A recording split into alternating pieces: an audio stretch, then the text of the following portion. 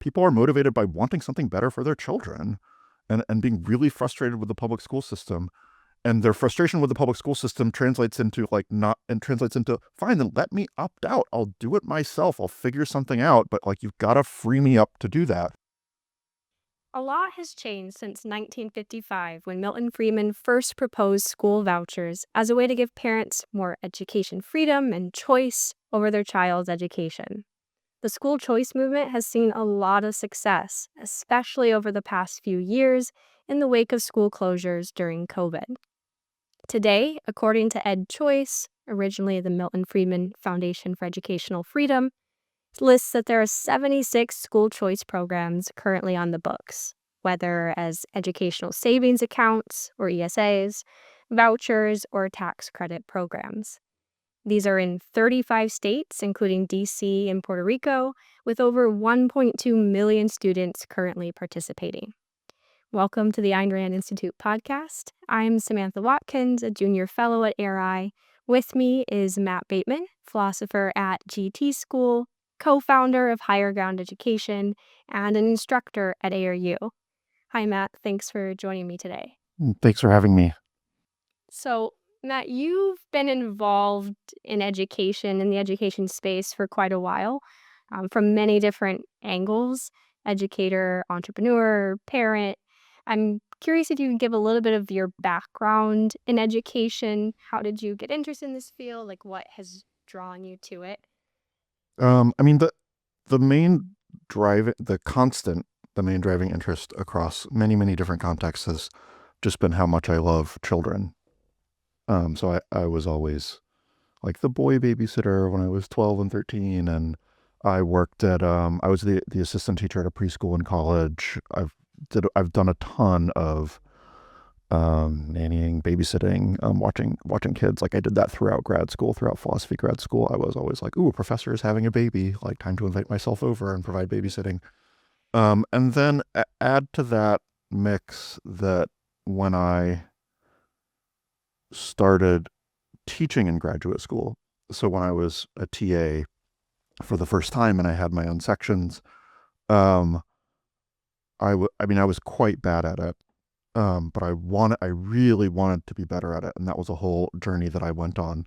As I got better at it, and as I saw my students learning things, and as I was thinking more and more about, like, what is the job of a philosophy class in undergraduate, and how am I accomplishing it, and what insights do I want to impart to my students, and how do I know that they're achieving those insights? I found it very motivating, like almost like addicting, to be participated for the same reasons that I find being around small children addicting.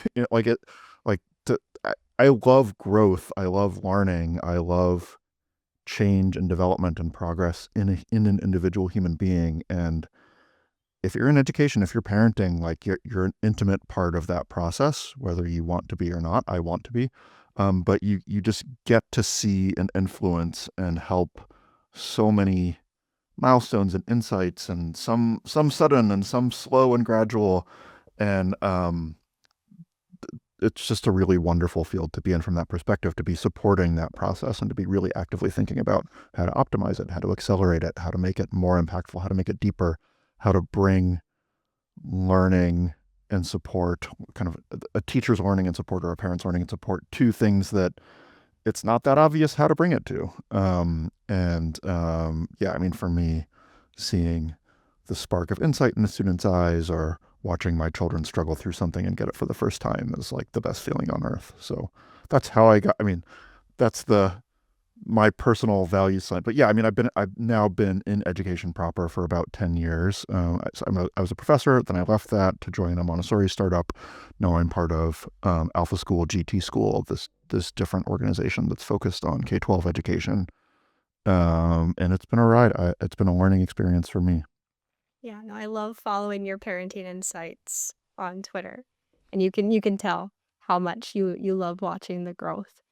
And I love how much symmetry there is between our two stories, because very similar for me. Like, I was the kid in school who was obsessed with the kids in the younger grades, like starting in first and second grade. I'm like, I'm going to take the kindergartners under my wing. And I would force my little brother to play school with me. So I was just always very obsessed with children and babysat as well. And, started my career in public schools as a teacher. And I definitely also confronted with, wow, this is really hard. But I feel like more salient for me was I was very disillusioned by kind of the culture in public schools, how much bureaucracy there was, how much my hands were tied, how much it felt like the administration cared more about, making sure we had the attendance numbers to get government funding than supporting behavior issues or supporting anything that was going on in the classrooms. And then teachers being more interested in union battles than how do we actually help our students learn the things that we think are important. And so that was a major impetus for me to figure out there has to be some better way to do education. And I worked with you at Higher Ground for a while, and now I'm at ARI, writing on education, school choice, and other issues. So on school choice, I'd like to start by kind of getting your reaction to the growth, the success that's happened, especially in recent years. What does it mean for parents or for education freedom? How are parents better off with these programs, or why is it important for parents to be able to escape the public schools? So school choice. I think you cited the Friedman essay, which was what, from the 50s? Yeah. And when did Rand write tax credits for education? That was during the Nixon administration, right? I just looked at it this morning. It was 1972, I think. Yeah. So, I mean, this idea has been out there for a while that, oh, okay, backing up. For the last 100 years, the U.S. government, mainly state governments, have been operating education, K-12 education in this country. And this is common in the developed world. It's not like the U.S. is an outlier here, but the U.S. really, the state really runs the education industry, not just as a funder, not just they fund Medicaid funds a huge portion of the health industry, but the government doesn't by and large run hospitals and doctors' offices. Sometimes it does, but the government runs schools. Schools are run by states, organized into complex bureaucracies where there are different districts, and those districts, there's a state level, there's a district level, and then there's an individual school level, and sometimes there are complex interlayers there. And that has been growing and developing and ossifying for about a century, really closer to 150 years, depending on when you think that the scale really took off, but certainly for a century. And since the 50s, at least since the 50s, there's been a group of people, advocates, who have said, this isn't great that our tax dollars are directed toward, that there's a very strong default that is financed and operated by the government. Let's at least make it so that if the government is financing schools, they're not also operating them. And different people have had different views on this. So, Rand's view is very clearly the government should not be involved in schools at all. I don't know what Friedman's considered view is. I imagine it's actually somewhat closer to that, but maybe his steady state view is different. But apart from what you think the ideal state is, let's at least decouple. We're making parents pay for public education, and we're having the governments run the schools. If we're forcing parents to pay for public education, is there a way that we can at least let them access their funds and use it in some other way, through a voucher program, through Rand thought tax credits, through something? And that movement, and there's also other kinds of legal barriers, like how illegal is it to homeschool? How difficult is it to run a school? The movement to provide more choice in education, more freedom in education, and those two things are connected, has been around for a long time, and it's had some false starts. I think Reagan tried to push for it. As far as I know, and I'm not an expert on the policy history, but there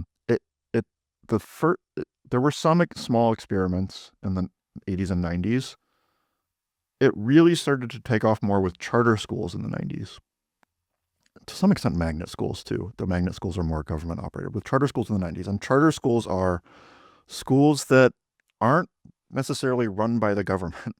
They're not run by the government. They're run by individuals or organizations that get a charter.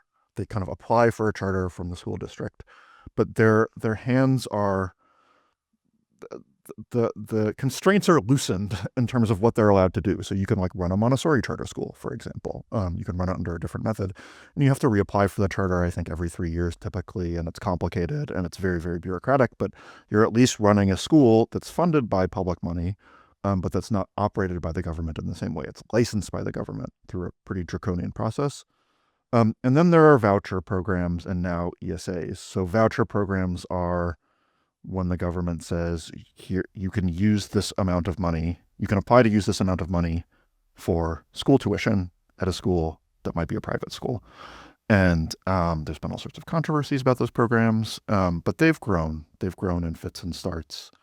And now ESAs are saying, you can use the money allocated for you for public school, not just for tuition, also for tuition, but even for homeschooling, for different kinds of expenses that a micro school, different kinds of expenses that fall outside of the traditional, even the traditional school infrastructure.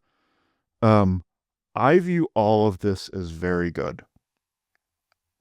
I think it's pretty close to just unambiguously good. Like, I mean, it's the people that are doing it have good motives.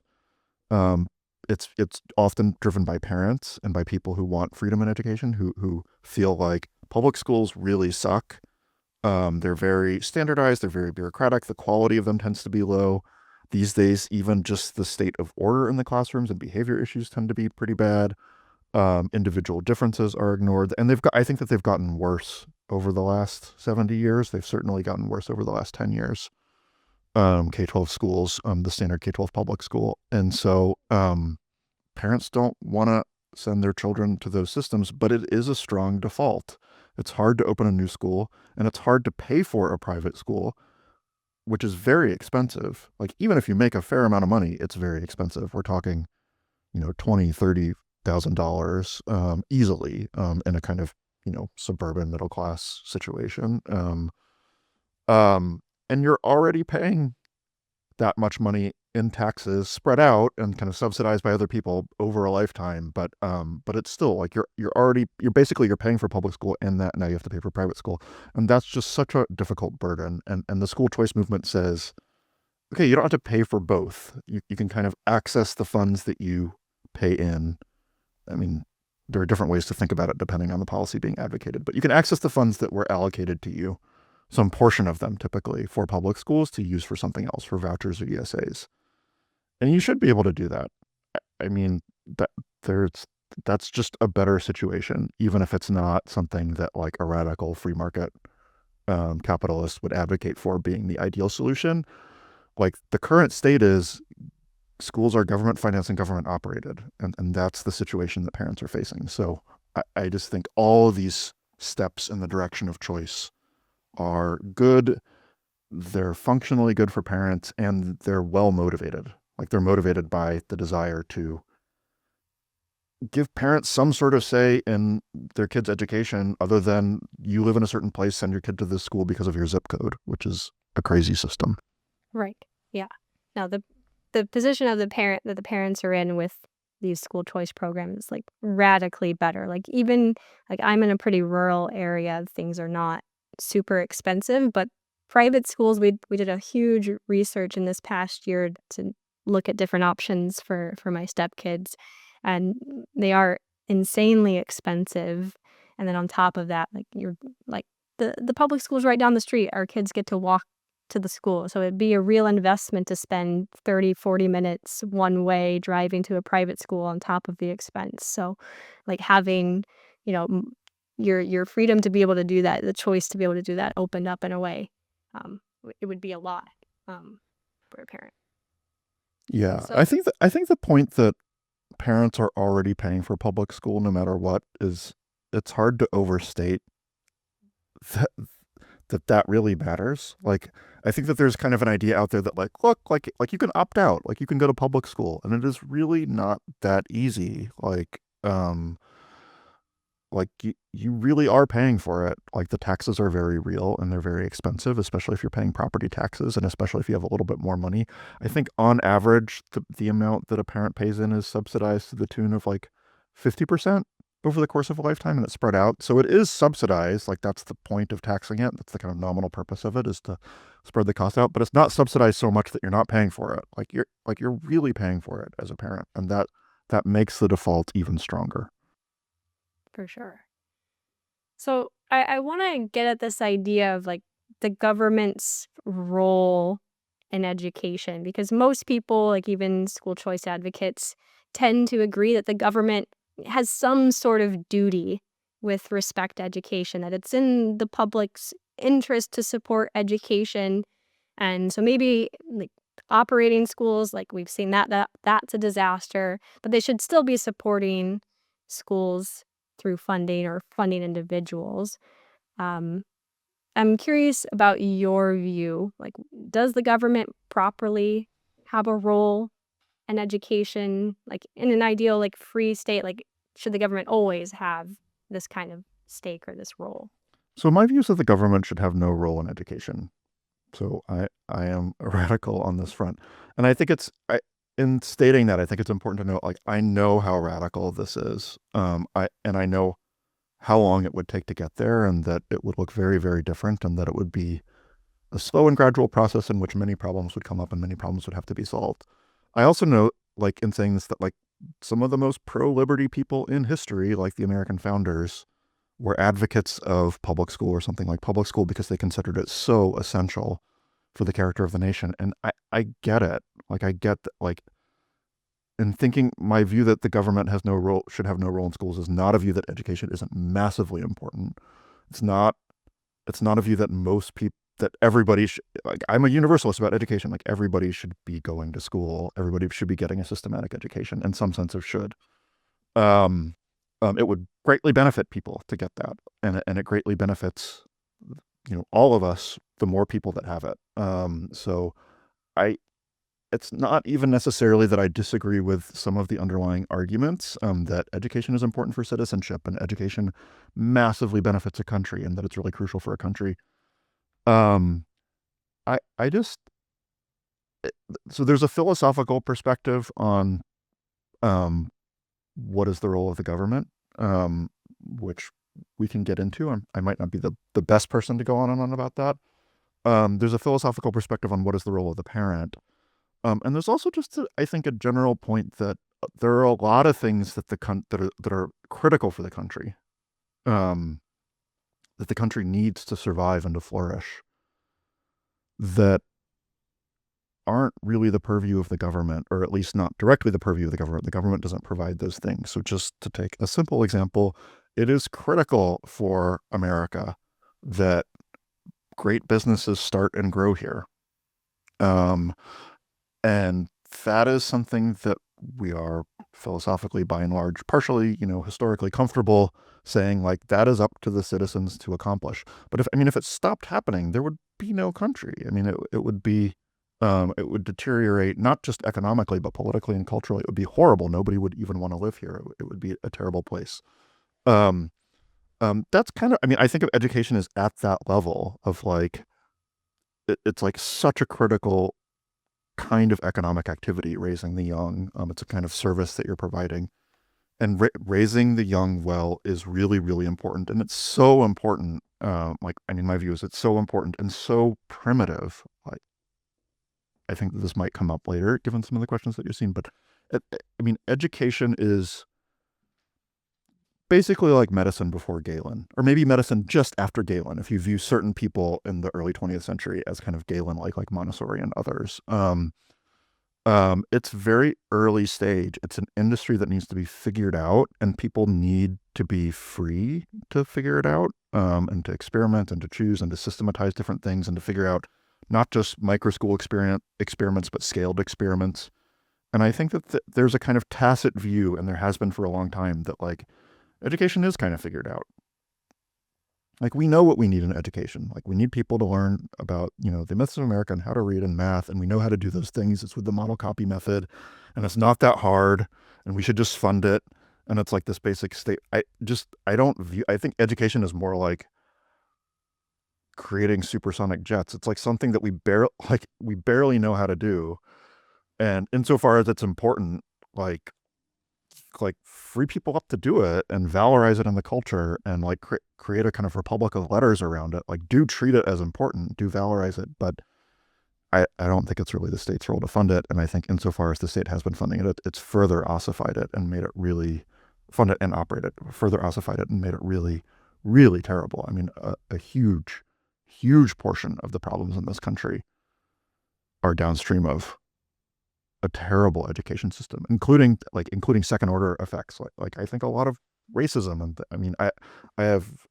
I lay at the education system the blame for a lot of social ills, and that the government runs it is really core to all of that. So, but yeah, no, I don't think that the government should have a role. I think it should be parents thoughtfully making decisions, and experts and professionals starting education businesses and figuring out how to scale them. And I think you'd have something much, much better for everyone eventually over time. But yeah, like we're really far from that. We're so far from that that it's almost incomprehensible to the typical parent and educator and thinker as to how that would work. And I get that there's a lot of questions that would have to be answered, but that is directionally and in principle my view. Yeah. No, I mean, I completely agree. And right now I've been reading this book. Maybe you read it as well, The Beautiful Tree by James Tooley. Where Yeah, he's it's been a while, but yeah, I read it when I first got into it. It was amazing. Yeah. yeah. There seems to be this, like, the view that government needs to be involved in education because of how important education is, that I don't know, to me, there seems to be kind of an implicit premise that, well, if the government doesn't take over education, we as parents or as people in society won't care enough about education to support it, or to create businesses, or to send our kids to schools there. And to me, it's kind of a weird view, just if the history of education in America, where prior to the public schools, we had, like, most people were educated, and they were educated in private schools. And then, this book that I'm reading with James Tooley, where, these are the poorest of the poor throughout the world. People are saying that they don't care about education. We need to bring public schools to them. And then they go and investigate into these neighborhoods. And lo and behold, there's school after school after school run privately, that community members and parents are starting to give their kids a better chance in life. And I'm wondering kind of where this idea that, like, we won't care about it if the government doesn't do it, or we won't do it if the government doesn't do it, comes from. So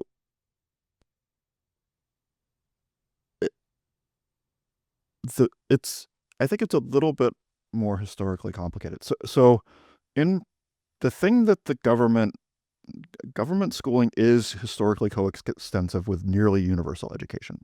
So levels of education were high in early America, relatively high, despite the fact that there were relatively few schools, even, period, outside of like Boston and like the kind of East Coast cities. I mean, a lot of what happens in education is basically like on a 50-year time delay from whatever happens in Boston. That's been true for all of American history. But and common schools and public schools started in Massachusetts.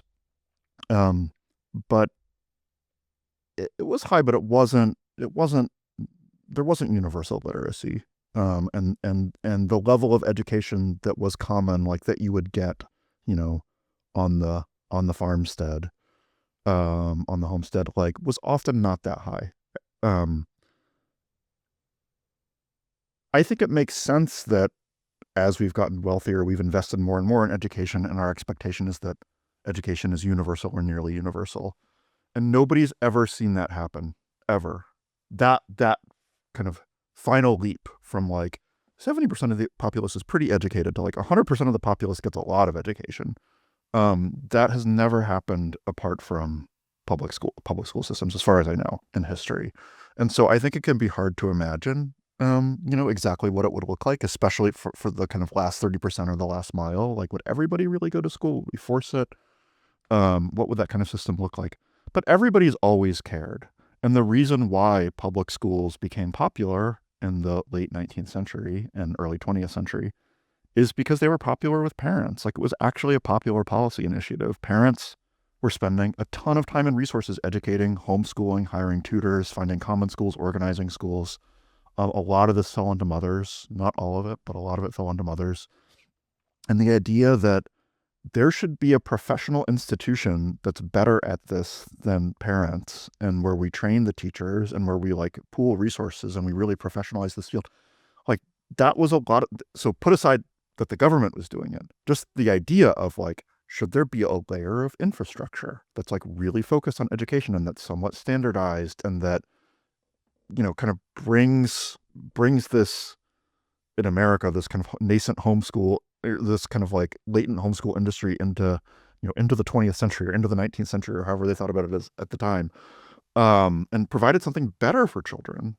That was the argument, and yes, the government was doing it, but I think that the main appeal of it was not that the government was doing it. The main appeal of it was that it would be better, and it seems like this is kind of the thing it's like plausibly a government project. Like it wasn't that. I don't think it was necessarily that principled in the kind of common mind. There were arguments that it needed to be state run, and there always have been. But the thing that makes people accept it is it's a little bit more tactical, I think, than philosophical. It's not so much like government should be running schools because we want all of our children to be great citizens. It seems like schools are good, and it seems like not having schools would be bad, and let's move in that direction. And what that looks like in a totally market economy is like, to some extent, a matter of speculation. Like, it's like true market education has never been tried. Like, and I think that at the universal level, I think that that's true. And I would love to drill down on so many things in that, but I want to talk more about school choice and kind of how they view the government's role in education. Because, as you mentioned, pretty much everyone agrees, the government does have this role. Maybe they shouldn't be operating it. They should just be, having a role with funding, whether individuals or funding schools. I guess I have a concern, or I have a worry, and I'm curious to get your reaction to it, because I see kind of unchallenging the kind of moral premise, the moral duty that government has over education. Like, if you're not um, facing that there's kind of a long-term threat that they're not going to be able to fight back against controls that are argued for on the grounds that, well, we as a society or we as government have to serve the public interest, and maybe school choice is not the way to do that. It's less practical of a means to meet our long-term goals. And even when you see kind of the arguments between politicians back and forth on some of these school choice initiatives, that is kind of the flavor that you can get, where the school choice advocates might be saying that, well, of course we agree, the government has this duty. We want to support education for the public, but the best way to do it is by funding the students, not running schools. And then the opponents will come and say, well, no, it's actually not practical for various reasons. Like, it's going to be less equal. Private schools don't have to accept every student that comes to their door, and public schools do. And so there's all these equality considerations. And don't we want to have equality of opportunity for various goals for society? And so I'm just curious, like, do you agree that this is like a threat, like not being able to fight back against controls, like on these grounds of the public interest, that government has a duty over education? Or is it not that big of a threat? So I think, yeah, I think that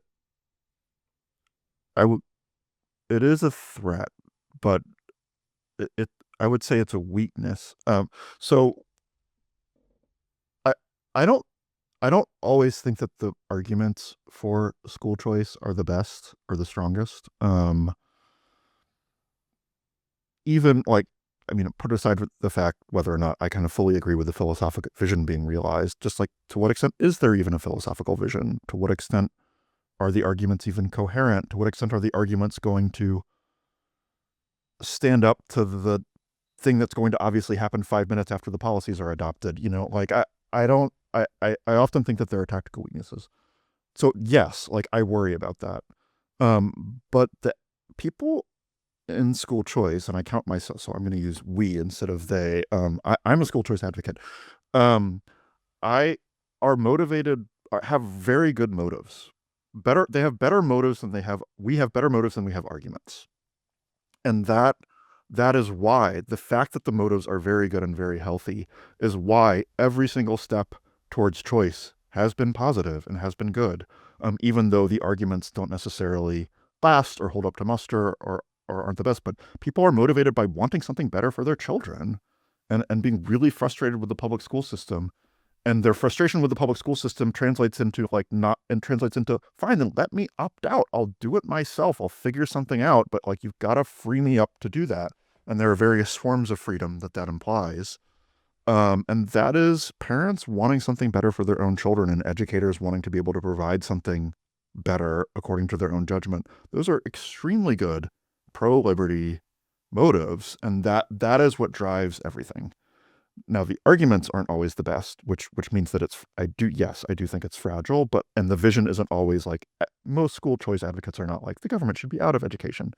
But this has to be evaluated against the status quo of near total government financing and operations of K-12 education that has been established for a century and that everybody's accepted, and only weirdos like you and me are like, yeah, like the government should be out of education, like that. And that's a crazy view. So if you kind of take out the weirdos and say, like, accepting some of these premises, like, can we at least not be like, tied to a chair in chains with respect to what we're offering our children? Like, can we at least have the chains loosened? Like, that is maybe you can't make an argument for why the chains should be loosened, but yes, the chains should be loosened. And it's a good thing when it happens, and it's a little bit sad that the arguments aren't more powerful. And I would obviously like people to adopt better arguments and a more clear philosophical vision. I think that would be powerful, but that is, that's a hard cultural and intellectual problem to solve for, I think. So I think I'm sympathetic to people when they, are like, have good motives and they're trending in the right direction, but their arguments aren't the arguments that I would prefer, that I think are as strong. I'm just like, okay, like, at least you're trying, and you're really trying to accomplish something better. Right. Well, if you were more like a weirdo like we are, like, how would you argue for school choice? Like, what is a better argument, without, conceding that the government should be involved at all in education? So the argument that I really worry about is that it's always better when parents choose. In some sense of like practically better, like this is always the best outcome for the child. There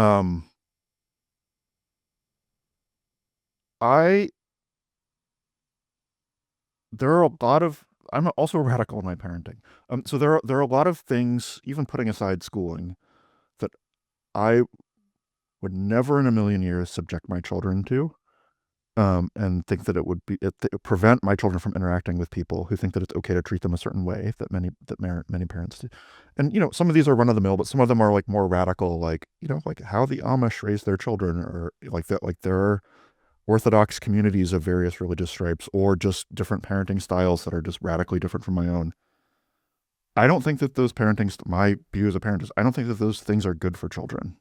Like I think that they're often harmful for children. I mean, just take you can just by guilting your child over and over and having a primarily guilt-oriented approach to parenting, you can really wreck a child. Like you can make it very hard for them, and like you can send them to years and years of therapy in a good case. I think that should be legal. Like saying like, there are things that you can do in parenting that would really wreck a child, and that this is a human being that's going to grow up and have to cope with that. Saying like, I think that should be legal. Like I will argue against it and I will advocate against it, but I'm not going to say like, we're going to send child protective services into your home and like send those kids into foster care, whatever the hell the solution even would be, which is one of the challenges in this area. It's a bitter pill. I can understand why people don't want to swallow it. These are real human beings. I love children. If you tell me a vivid enough true story about a child situation with their parents, like doing things that are completely legal, then I think should be legal. Like you could probably make me cry, but it's true. I think parents, part of what it means to defend parents' rights is to have an account of that. and to say like it's not the function of the state to intervene in parenting except in really, really extreme cases. But there are a lot of not really, really, extreme coercive negligence, abuse, physical abuse, malnutrition cases where I think the state shouldn't intervene that are really bad. And like, I don't center on those. That's not why I'm not like for parents' rights in order to enable people to do terrible things to their children. I'm for parents' rights in order to enable people to do thoughtful things with their children, but they go together and you have to understand that they go together in order to defend it. And it's hard to defend. Like, I don't know if I could give like a full account of like parental custodianship and children's rights and when they come online and how to think about all of that in relationship to the law and what the boundaries are. But directionally, I think that it's true that parents do have a lot of power, do and should have a lot of power, not unlimited, but a lot of power over how to raise their children. A tremendous amount. They should be the primary custodians of their child's life, and that it's good for that to happen. And this is part of what it means to live in a free country. Yeah, so if I'm... Yeah. Oh, go ahead. So I think that to make the case for that, you've got to make the positive case for like why that's an amazing thing. But you also have to be able to deal with the edge cases and school choice of like, the second you have school choice, parents are going to make terrible education. Some parents, not a majority, but some parents are going to make terrible educational decisions. And it's going to be funded out of a pool of money that is like taxpayer money. And it's going to be worse for the child than going to a typical public school. Like, that is going to happen 100%. Even if it doesn't happen most of the time, that's going to happen. And like, if your argument is what the parent chooses is always good, like that's not true. Right. So it's going to hit, like, you're not going to be able to stand up to that. And then the whole thing is going to collapse. That's what I worry about. So if I'm hearing you correctly, then like a truly consistently pro freedom, pro school choice kind of movement, the argument would really be centered on parent rights. Am I hearing that correctly? Yeah. I mean, parent rights and just the nature of parenting as custodianship and understanding a positive conception of why people choose to have children, what the parenting project is, what it means to educate someone, why it makes sense for the maker of the kind of custodian and progenitor of the child to bear the locus of responsibility for that, why it doesn't make sense for anybody else to bear the locus of responsibility unless they choose to. I mean, there are edge cases, but like the primary decision maker lives with the parent. And that is, again, apart from very rare exceptions, or tragedies, like the parents die and there's no will and there's no other family. But like the core case is like, yes, parents are in charge of their children's development. And that has to be the core argument. And then how that plays out over time and how that interacts with different possible political systems is important to understand. I should say, like, as a kind of like mid-podcast caveat, I do not work on education policy. Like, that has not been my focus. I work on creating schools and kind of creating great developmental and learning experiences for children, which is not the same thing as thinking about it politically and philosophically. So I do have thoughts here, but there are a lot of cases where I'm like, man, I wish someone would write that essay. Like, there's a lot of essays that I think should be written here that are not yet written. I was about to ask you, okay, when's the schedule? Where are you going to write this? I mean, I'm not working on it. I mean, so this is an area where, like, if you are working on this, you listener, audience member, and you want my thoughts, like, I'm happy to help. But like, you need more expertise and creativity kind of in the field of politics and policy than I have to kind of know all the answers or to come up with all the answers. Right. So I know you've mentioned to me before that like parent rights, like this idea of parent rights is fragile in the culture or maybe in the school choice movement in general or in particular.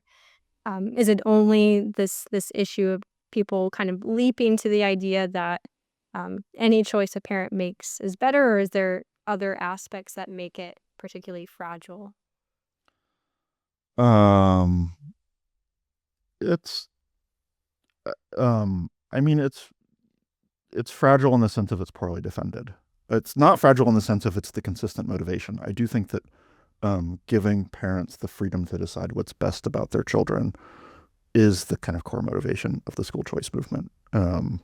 It's wanting something better and feeling shackled. So the motivation is very good and pretty pure, like, honestly, as far as motivations go. Like, it's just like, like even when it goes very wrong, like I just have so much respect for that motivation, moral respect for it.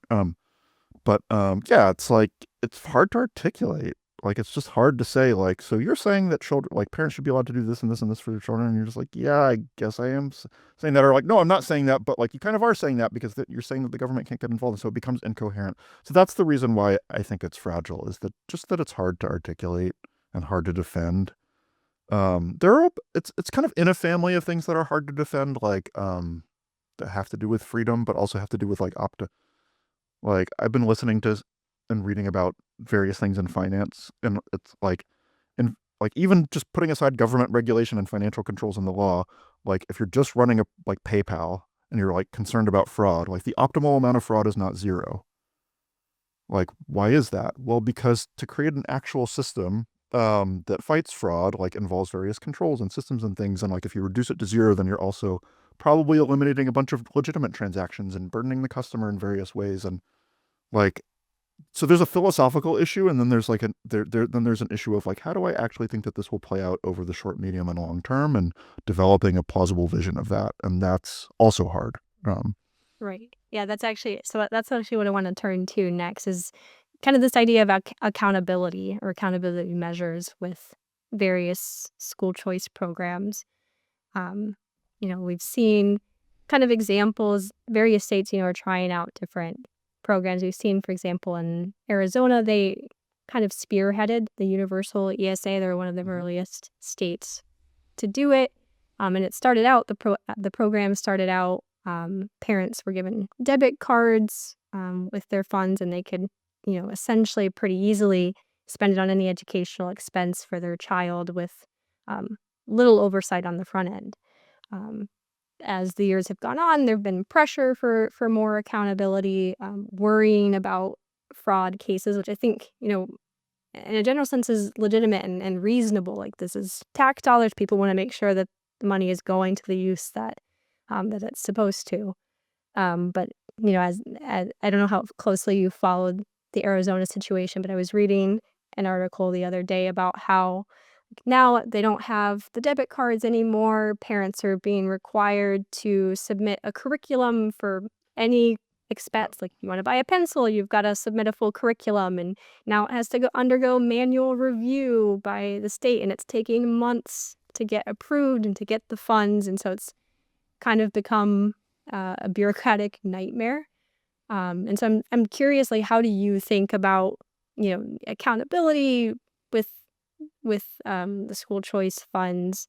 You think the bureaucracy kind of involved with this, better than the bureaucracy a parent might typically deal with in a public school, or do you think it could get much worse? Or I'm curious. I mean, it's the thing that tends to happen,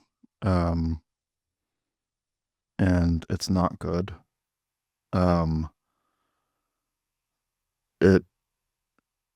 I don't think that it's worse than the public school bureaucracy, but the parent shoulders much more of the burden. And so the public school bureaucracies are typically much worse and much more established and convoluted and destructive. But it kind of falls to teachers and superintendents and principals to deal with those things, rather like if you volunteer to make yourself a martyr and join a PTA or attend school board meetings or whatever. But like, I mean, most parents, I think, can choose to ignore most of the operations of the bureaucracy, if not their results. Whereas with ESAs, at least in Arizona, we'll see how universal it is. I'm not sure what's happened in Florida, and we'll see what happens in Texas. Texas is the big one that just passed a few weeks ago.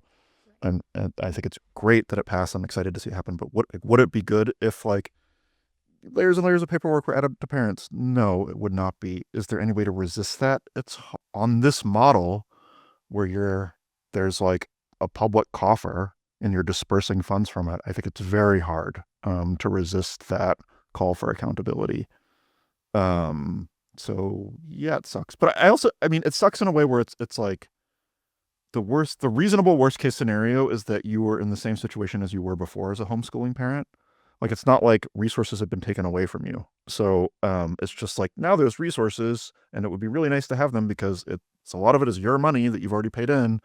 But like, it's really hard to access them and maybe even impossible in some cases, and that really sucks. But like before, it was literally impossible to access them. So again, the reasonable worst case scenario is, I think, an improvement, even though it's ugly.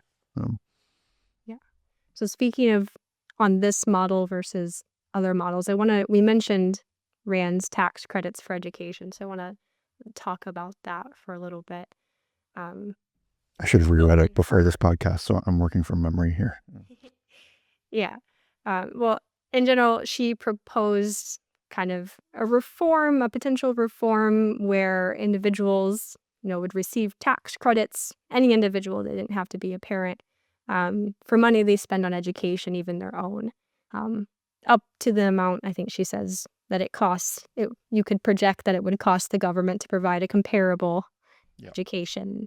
She's very clear in the essay that she's a fan of public education, that she thinks it's been a disaster, and proven to be a disaster, and she tries to distance herself from that. And in particular, she says, I want to stress that I am not an advocate of public, i.e. government-operated schools. I'm not an advocate of the income tax, and I'm not an advocate of the government's right to expropriate a citizen's money or to control his spending through tax incentives. None of these phenomena would exist in a free economy, but we are living in a disastrously mixed economy, which cannot be freed overnight. And in today's context, the above proposal would be a step in the right direction, a measure to avert an immediate catastrophe. So I'm curious if, like, in your view, if a program more like a tax credit where you're literally getting like a refund for money you've actually spent on education, is that better, like less susceptible to some of these encroachments of bureaucracy or controls than other programs? Like, is it better in any relevant sense, do you think? So with the qualification that this is not my area of expertise, like differences between different kinds of government policies, like it seems obviously better to me. The best thing is to not have to ask for either forgiveness or permission. But if you have to choose between asking for forgiveness or permission, it is better to ask for forgiveness. And ESAs are asking for permission. I mean, vouchers are asking for permission. Your money has been taken. It's in a pool of resources along with many other people's money. And now there's a process to get it back out and to spend it. And that process is where all the process of getting it out and spending it, the fact that it's coming from a state funding, is where all the bureaucracy happens. It's where there are many levers to add things like you need to be, in Texas, I think it's like you need to have been, for an ESA to pay out to a private school, it needs to have been operating for 2 years and needs to be accredited, which is like not at all the worst and most burdensome regulation that you could imagine. But it's like, you could imagine it getting worse over time. Whereas with a tax credit, you just spend the money. So it does not funnel through a public coffer that then there's all sorts of, bells and whistles that naturally get attached to it, and concerns and anxieties that naturally get attached to it. I do think that some of the same concerns would end up applying, like, okay, like, so parents are going to pay for educations that we don't like, and then we're going to give them tax refunds, and like, some of the same concerns come in. So you still ultimately need like that intellectual defense that I was talking about, but just at the strategic kind of policy level, it seems like it would be better to me. Again, not my area of expertise, and as far as I know, it hasn't been tried, so I don't know how it would play out. But it, like, just asking for permission is just way worse than asking for forgiveness, and that's roughly the analogy that's how I hold it. Yeah, no, I mean, that's my sense as well. Part of me wonders if the reason that is like the tax credit kind of programs are less popular than vouchers or ESAs is maybe partly because it's easier to attack a tax credit for this is just helping the wealthy. And you often hear these kinds of arguments against vouchers or ESAs, especially if they don't start out universal, where we're only helping the parents who can already afford going to private school. Like a lot of the criticism of Texas's bill is that, for example, from the opponents, is that, well, it's people who are already going to pay private school, who are already paying for it, that are going to get the benefit, not anyone Yeah, else. And so but I think it might be less those people reasonable. are also already paying for public school. I mean, Right. that's the kind of counter argument. I mean, it's true. Like it will benefit people who are already paying a lot of money for education. So what? Like, let's benefit them. Like I just like it's not selectively benefiting them. I mean, maybe in some sense it is because they have the money to spend, but it's that's not the kind of reason for the policy. The reason for the policy is to kind of decouple the cash flows from either government operations or just from the government altogether, and that does benefit people who have money to spend and have money to tax. Like that's the nature of the argument. But and so if you kind of look at the distribution of benefits, maybe there's some sense in which it immediately benefits them more, but it benefits everyone. It benefits everyone a tremendous amount, and it benefits everyone a tremendous amount in principle, way more than it benefits any particular person's annual financial statement. So yeah, I mean, just I don't know what to make of that argument other than just like if people think that I'm arguing for like money as opposed to freedom, like I think they're badly misunderstanding it. Like, and money is connected to freedom, so the issues are not orthogonal. But because part of the issue is like freedom to spend your money, like that is how this gets tied up. But like the argument is like for freedom, it's to create a system in which that is totally unrecognizable, in which every parent, in which the average amount that the average parent is thinking about education and the sophistication of their thinking is way up. The variety and sophistication of educational providers are way up. It's just a totally different world. That's the world that I want, not like a $10,000 credit per year or whatever. So Right. I mean, I've heard you talk in the past about how the public school system kind of encourages a fire and forget kind yes, of that's the approach. worst thing about it. Worse than the outcomes, worse than the fact that the schools suck is the fact that parent knowledge about education has been utterly destroyed. There's just no incentive to think about your child's education. That means that there's no demand for anything better.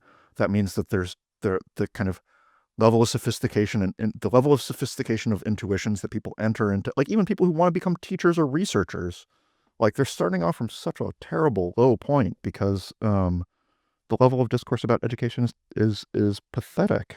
It's primitive. It's like it barely even exists when you ask parents what they want about education or what alternatives will they conceive. Like the most thoughtful parents are not that good at thinking about it. I don't even think I'm that good at thinking about it.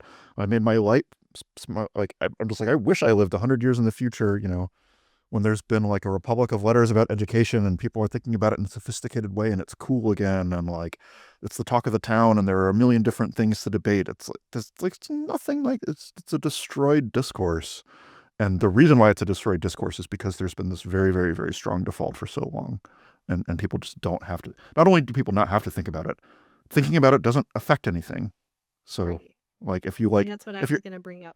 if your option is to send your child to a public school and there's like really no other like it would be like moving heaven and earth to create a better option given your income situation or given where you live.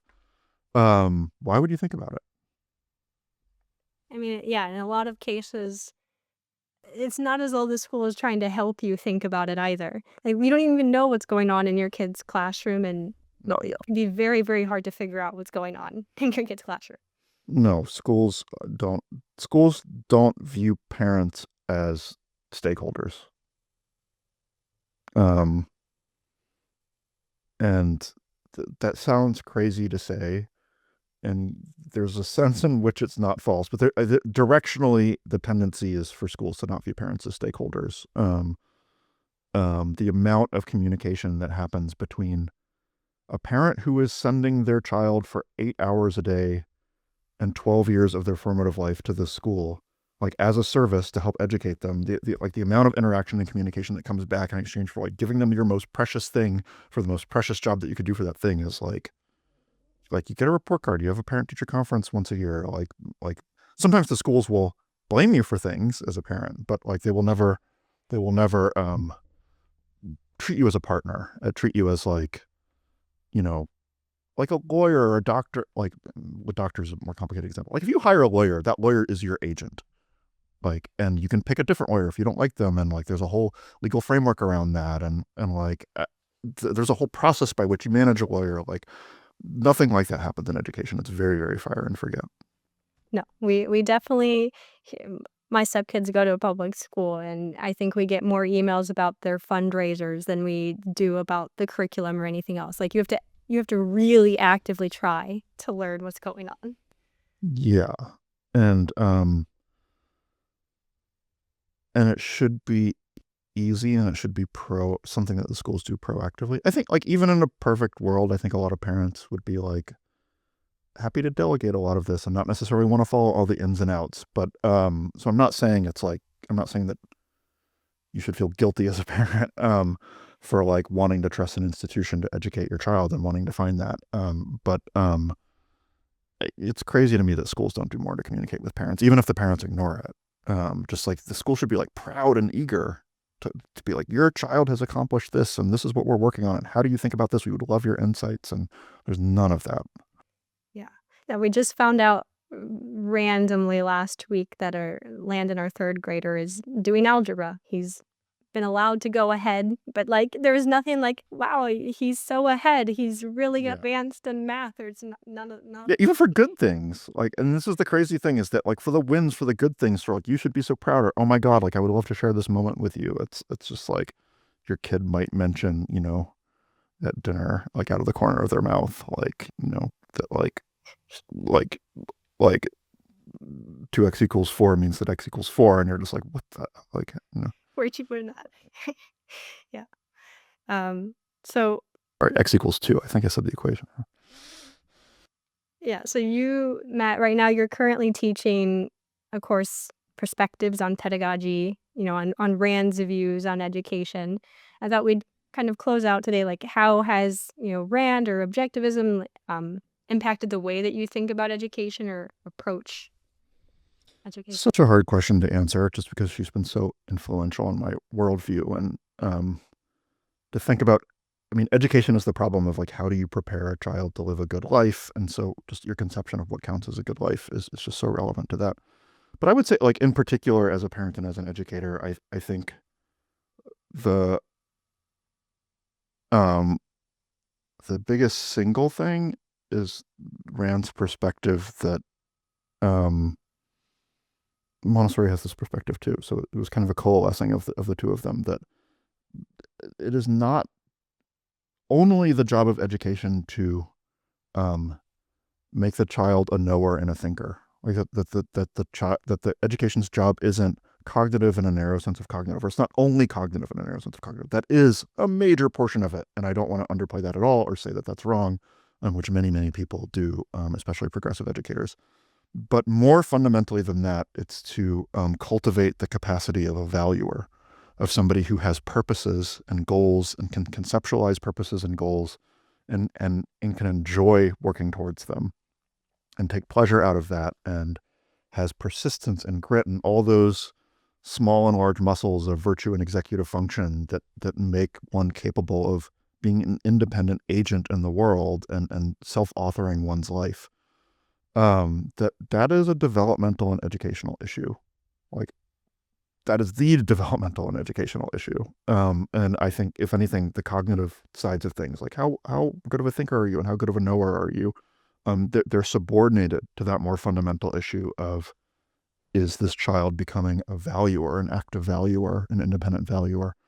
That is, straight from Rand, kind of modified by my sense of Montessori, who's also invaluable on this subject and really, really good on this subject. But just the conception of like the purpose of a philosophy and of ethics and of a good life, the kind of, or the characteristic look of it is, you're an impassioned valuer. You have things that you want and you have a life that you want to live.